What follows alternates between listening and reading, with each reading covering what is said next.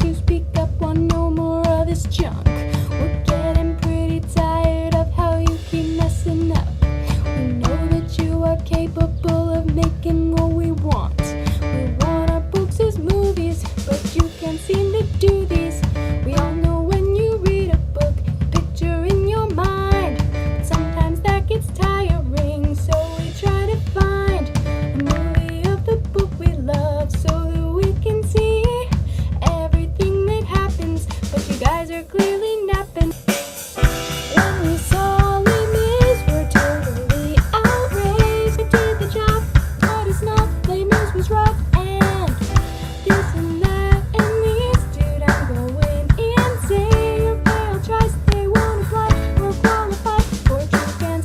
I'll admit there's a couple of times, hey, when the movies are fun, but it won't make up for all the stuff you ruined for us.